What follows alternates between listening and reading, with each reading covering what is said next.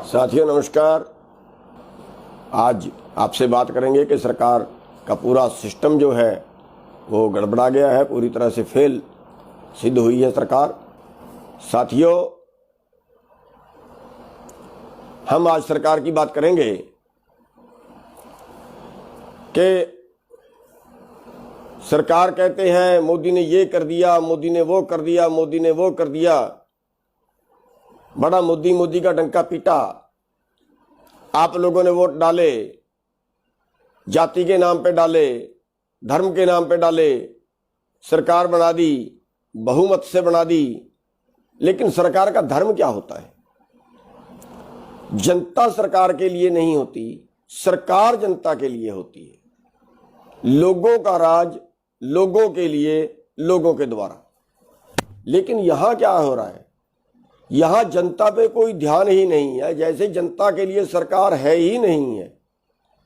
और कितना इनका सिस्टम फेल है। अगर हम बात करें कोविड की, अगर हम बात करें कोरोना की, तो साथियों आप देख रहे हैं हाहाकार मची हुई है, हाहाकार मची हुई है।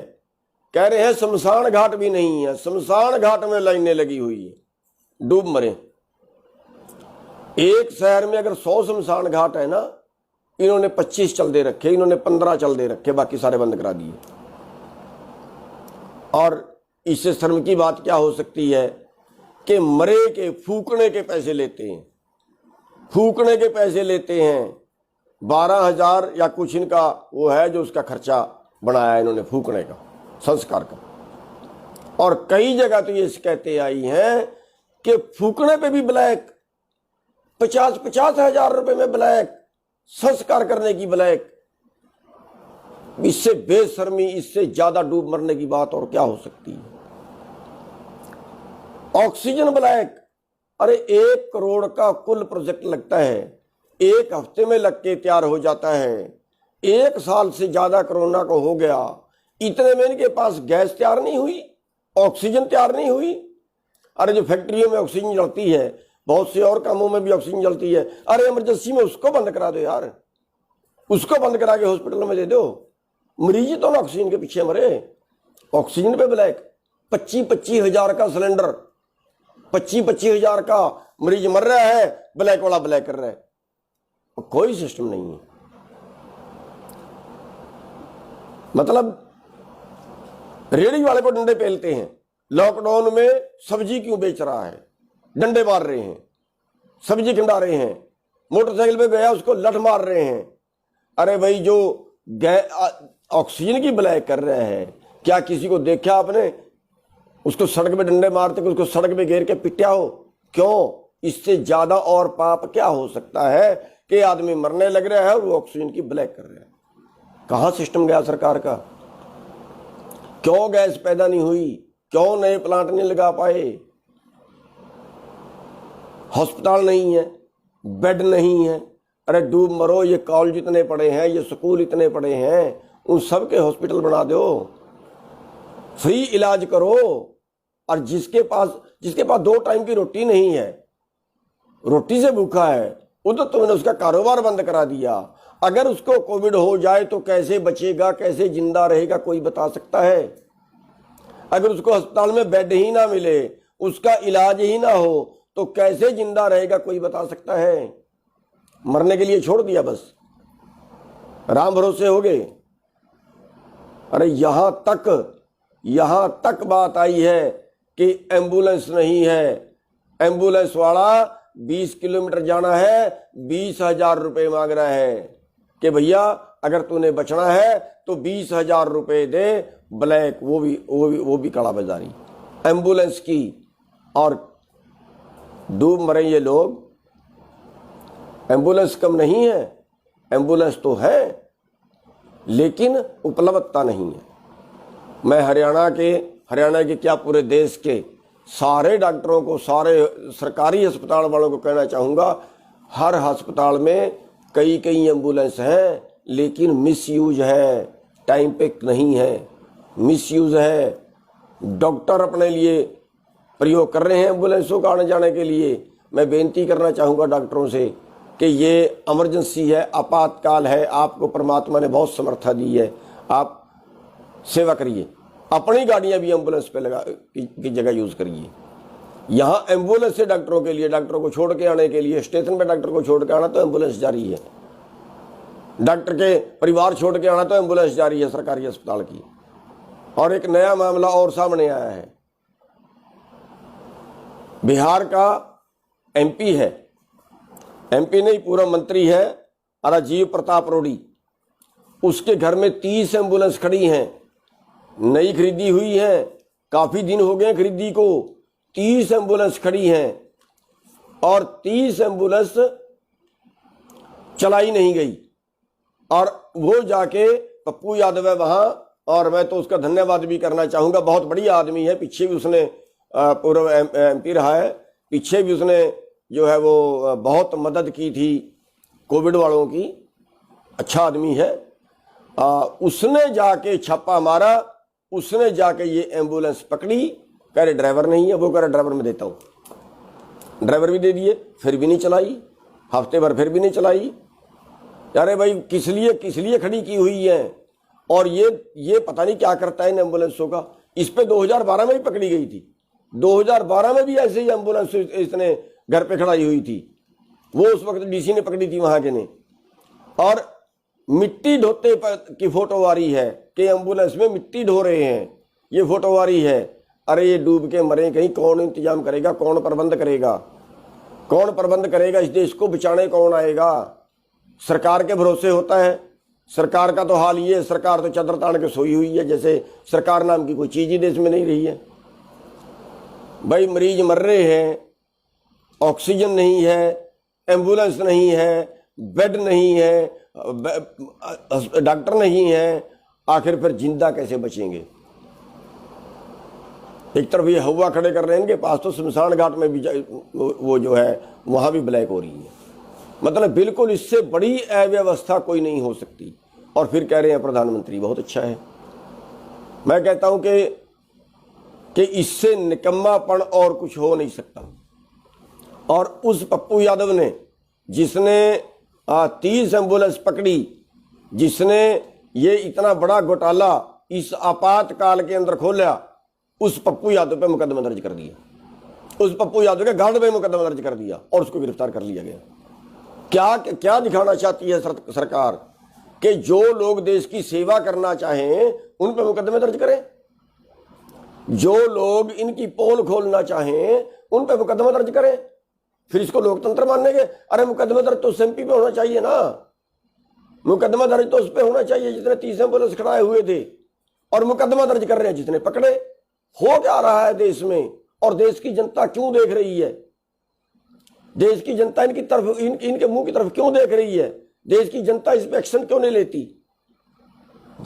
जहां का वो एमपी है वहां की जनता को उस एमपी को घेर लेना चाहिए जाके, जो ये राजीव प्रताप रूडी जो है, इसको घेर लेना चाहिए, इसके घर घेर लेना चाहिए जाके। क्यों पप्पू यादव के ऊपर मुकदमा दर्ज कर दिया। जो आदमी जनता की सेवा करना चाहता है, गरीबों की सेवा करना चाहता है, मजदूरों की सेवा करना चाहता है, उसके ऊपर तो मुकदमा दर्ज कर दिया। जो इनके फ्रॉड खोलता है और जिसने एम्बुलेंस अपने घर में रखी है वो देवता है। अरे एक बना के गलती कर दी क्या, वो राजनेता है तो खुदा बन गया क्या, वो बीजेपी का आदमी है तो खुदा बन गया क्या। साथियों, इन चीजों पे हमें जागना होगा। आज जो हालत देश के बने हुए हैं वो कौन पूछने वाला है देश को। ये कह रहे हैं पैसे ही नहीं है। अरे क्यों फ्री इलाज नहीं होता। हमारी मांग है, देश की जनता को हर जगह से मांग करनी चाहिए कि पूरे कोविड का इलाज फ्री हो, कहीं भी करवाएं, सरकार की जिम्मेवारी हो। और मैं तो यहां तक कहता हूं, जिसको ऑक्सीजन ना मिले, एम्बुलेंस ना मिले, बेड ना मिले, वो अपने मरीज को क्या चाह रहा है, उसके पास मरेगा ही ना, सड़क पे है। वो अपने मरीज को, इनके बीजेपी वालों के या इनकी जो भी सहयोगी पार्टी, इनका एमपी हो, इनका एमएलए हो, उसके घर में ले जाएं। और मैं तो ये कहता हूं अगर फिर वहां मर जाए उसका संस्कार भी उसके दरवाजे का आगे ही करें। कौन सा तरीका, कैसे जगाएंगे इन लोगों को। ये हमारे नीतिकार हैं, हमारे वारिस हैं, हमारे मालिक हैं। आज के टाइम में चुन के भेजा इन लोगों को को गुलछर्रे उड़ाने के लिए नहीं भेजा, घोटाले करने के लिए नहीं भेजा। फ्रॉड करने के लिए नहीं भेजा, एम्बुलेंसों को ब्लैक करने के लिए नहीं भेजा। सबको इस बात पे एक्शन लेना चाहिए तुरंत। जहां जनता नहीं जागेगी, देखिए कहते हैं कि जुल्म उतना बुरा नहीं है जितनी बुरी आपकी खामोशी है। क्या हो रहा है? देश का खजाना लूट लिया। देश का खजाना पिछले साल 5 लाख करोड़ देश के खजाने से निकाला। यानी देश का खजाना होता है गरीबों में खर्च करने के लिए। गरीबों में खर्च ना करके उसको बांटा मारुति वालों को, उसको बांटा बिल्डरों को, उसको बांटा अपने चहेतों को कि मंदी आ गई देश में। अरे मंदी का मतलब है जनता के पास मंदी आ गई। मंदी का मतलब है लोगों के पास आमदन घटी। मंदी का मतलब है लोगों के पास खरीद कैपेसिटी कम हुई। ये कहते हैं कारें कम बिकी तो मंदी आ गई, मोटरसाइकिलें कम बिकी तो मंदी आ गई। मंदी तो लोगों पे आई, उन लोगों को राहत नहीं दी। मकान कम बिके इसलिए कम बिके कि लोगों के पास मंदी आई, लेकिन जो बड़े बड़े सिटी बसाते हैं पैसा उनको दान कर रहे हैं देश के खजाने से निकाल के। गरीबों के लिए कोई पैसा नहीं है, कोई राहत नहीं है। क्या कोविड का इलाज नहीं करा सकते? अरे पंजाब में हरमंदर साहब गुरुद्वारे वालों ने कह दिया है कि हम सारे पंजाब का इलाज फ्री कराएंगे। एक संस्था सारे पंजाब का इलाज फ्री करा सकती है, क्या ये देश की सरकार नहीं करा सकती? किसके लिए होता है देश का खजाना? क्या अंबानी अडानी के लिए? देश 2 वक्त की रोटी जिनके पास नहीं है, क्या कैसे इलाज कराएंगे वो? अरे कितना मतलब देश को निचोड़ के रख दिया है। अगर आप देखें पिछले चंद सालों में क्या हाल हुआ है। आज देश भुखमरी में 102वें स्थान पे है। 107 देशों में 102वें स्थान पे भुखमरी में, जहां पेट ही नहीं भरता, जहां भूख से ही मर रहे हैं। क्या वो इलाज करा पाएंगे? और दूसरी तरफ इसी देश में जिस दिन का लॉकडाउन शुरू हुआ, गजब है, जिस दिन का लॉकडाउन शुरू हुआ उस दिन की अंबानी की आमदन 73% बढ़ी है। 73%। किसी धंधे में 10% नहीं बचता, 12%, 15% नहीं बचता। आम जो दर है विकास दर वो 6-7% रहती है, लेकिन अंबानी को 73% आमदन बढ़ी उसकी। यानी जो को अगर रुपयों में गिने तो 90 करोड़ रुपए प्रति घंटा, 90 करोड़ प्रति घंटा। एक दिन के 2160 करोड़। अरे कहीं सीमा तो हो, क्या करेगा इतने पैसे का? कोई जनता के लिए नहीं है। मतलब देश के कानून जनता को मारने के लिए। पता नहीं आबादी घटा रहे हैं देश की, कि ये जो मरने दो, जितने मरते हैं संख्या कम हो जाएगी इनकी। कुत्ते बिल्ले समझ लिए, मरने दो इनको, जानवर समझ लिए। साथियों, आपको जागना ही पड़ेगा। आज जो आंदोलन चल रहा है बेशक किसानों का आंदोलन है, लेकिन गंभीरता से सोचिए, गंभीरता से सोचिए। केवल किसान के लिए नहीं है, किसान केवल अपने लिए नहीं लड़ रहा है, किसान हर इंसान के लिए, हर हिंदुस्तानी के लिए लड़ रहा है। साथियों खड़े हो जाइए, मान जाइए आज भी, वरना बर्बादी के अलावा कुछ नहीं बचेगा आपके पास। आज हर बच्चा जुड़ जाना चाहिए। आज हमारे मजदूर भाइयों को, हमारे दुकान वाले भाइयों को, व्यापारियों को, सबको आज इस आंदोलन में कूद जाना चाहिए। ये देश को बचाने का आंदोलन है। इस व्यवस्था को बदलिए। कब तक इस हालत में जियोगे? कीड़े मकोड़े बन गए हम तो। ये देश तो चंद लोगों के कहियों के रह गया। क्या चंद लोग ही अमीर बनेंगे इसमें? अमीर बनेंगे तो अमीरी की कोई सीमा होती है, उसका दुरुपयोग, उस पैसे का भी दुरुपयोग। 9000 करोड़ का मकान बनाया था अंबानी ने, 315 करोड़ का मोबाइल है उसकी घरवाली के पास।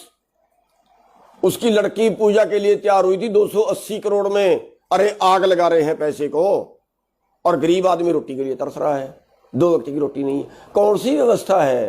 कौन सुधारेगा इस व्यवस्था को? और आप लोग क्यों नहीं बोलते हो? आप लोग क्यों नहीं हिलते हो? आखिर बचाने कौन आएगा? कौन बचाने आएगा आपको? जब तक आप नहीं बोलोगे तब तक आपको कोई बचाने नहीं आएगा, तो खून भी निचोड़ लेंगे आपका। और इससे अगली भी जो है, जैसे कोविड में कोई मर गया उसको लपेट के देते हैं, पता लगा है लोगों में अफवाह है कि कई जगह तो शायद उसके अंग ही ना निकाल लेते हूँ, क्योंकि देखना तो है नहीं। आदमी अब गया अस्पताल में, अच्छा भला गया था और रात को मर गया, सवेरे लपेट के दे दिया। खोलना नहीं है, खोलना नहीं है। बॉडी को खून लगा हुआ है, कपड़ों को खून लगा हुआ है, कहाँ से आया? कोविड में खून आता है क्या?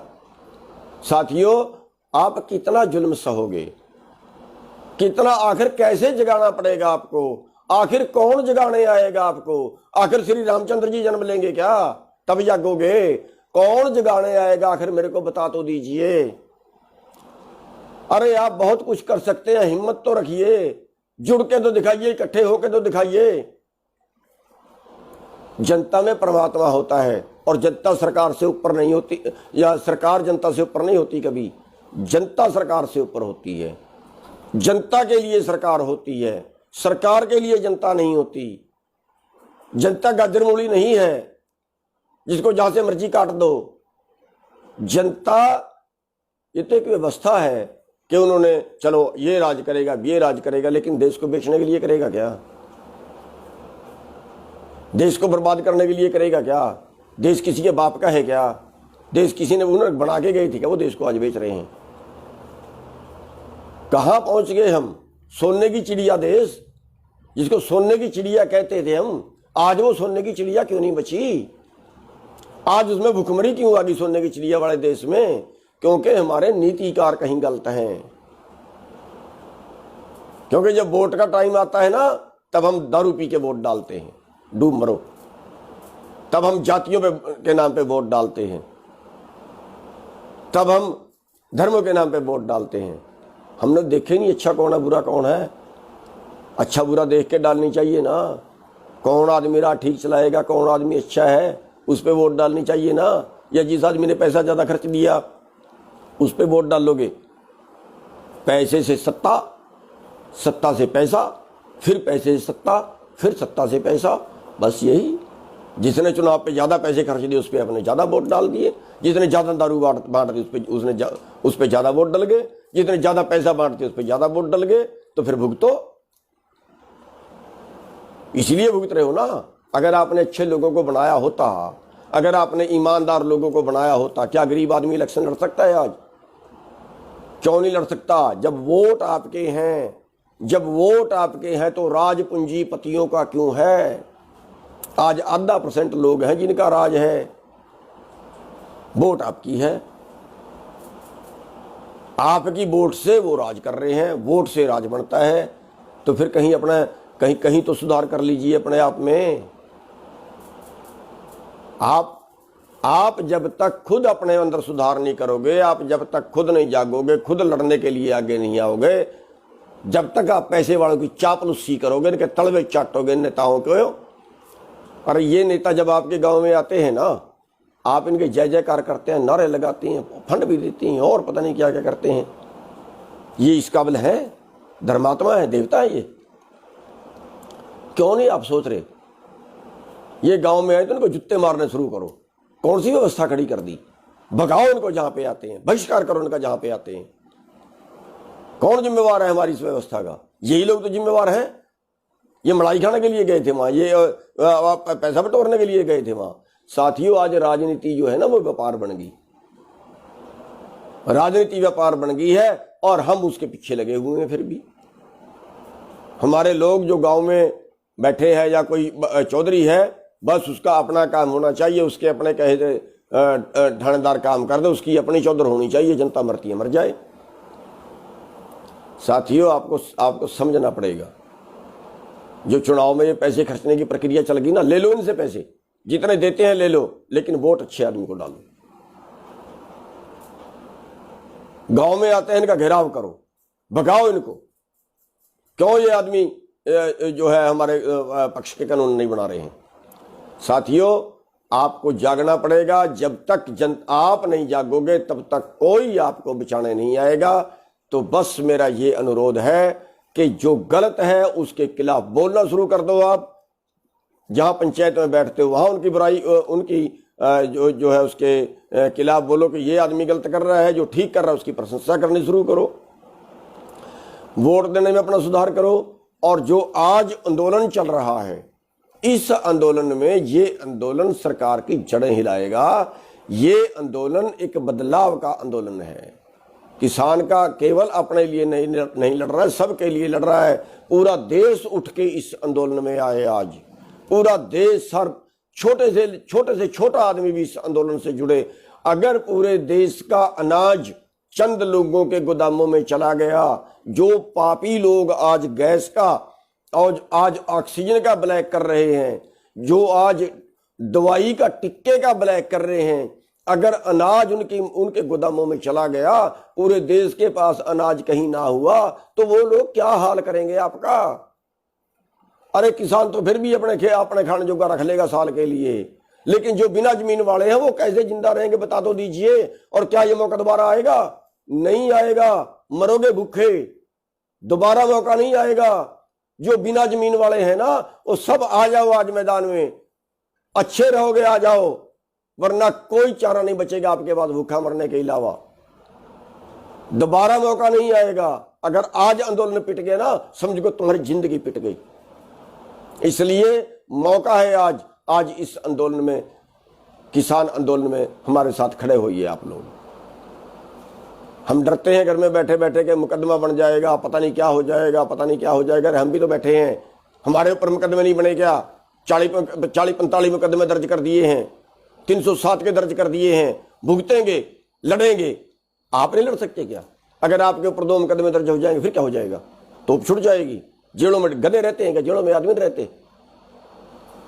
और देश को बचाने के लिए अगर आपकी कहीं ये अगर आपको कुर्बानी भी देनी पड़ जाए देश के लिए, समाज के लिए, तो क्या हो जाएगा? कोई आप गारंटी लिखवा के आए 100 साल की, 100 साल जिंदा रहोगे? बीमारी से मर गए तो नहीं मौत आएगी क्या? एक्सीडेंट हो गया तो नहीं मौत आएगी क्या? अगर कहीं देश के लिए शहीद होना पड़ जाए तो उससे अच्छा कोई टाइम होता है?